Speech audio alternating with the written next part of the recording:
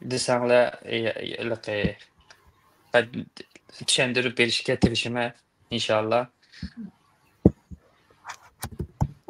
Ko'p rahmat. Endi bu Türkçe nem qilaverib, ayolimni turk bo'lg'achqa shuni turkcha paranglashib berib, sonra sal uyg'urcha ilaqi deymiz.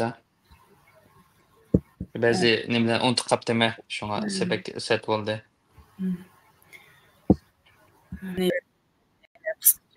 Tanıştırıp köpçülükə bir bildirib etsən, ondan keyin bu qarindaşlarımız şu qrupumuzga yollagan bir 12 sual barken, şu suallar bo'yicha har biraylan şu suallar doirasida ziraqdan to'xtalib, suhbatimiz tabiiy davomlashsa deb o'yladim. Endi men tunji qatim men bu suhbat programmasiga chiqyapman riyosatchilikda.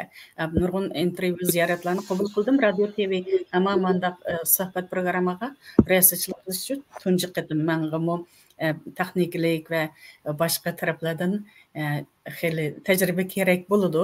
Shunga tanishtirishni shu vaqt o'tib boshlaymiz degan vaqtida hozir 4-5 minut qoldi. Şu vaqtida men yana qisqacha bir tanishtirish qilib bergan bo'lsanglar, endi naq maydon ko'rarmanlar bor bo'lsa, ularni bilvasa deb o'yladim. Sizlarningcha qanday muvofiq bo'lamdi? Hada bo'ldi undaq. Hozir birozdan ag'anam kelsa, kecha qilgan o'xshaydi. Lekin aytib qo'ydim, uni o'zi tunishtirib qo'ydi. Endi o'zi Qirg'izistonda qirg'iz so'zi tushunishimiz mumkin. Ona qaysi tarjima qilib qisqa tunishtirsak bo'ldi unda. Masala yo'q. Tamam, rahmat.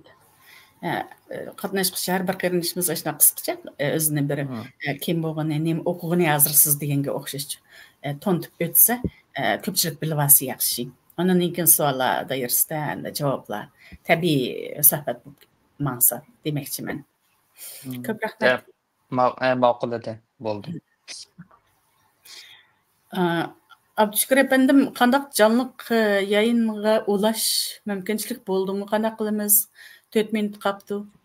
Ulandı.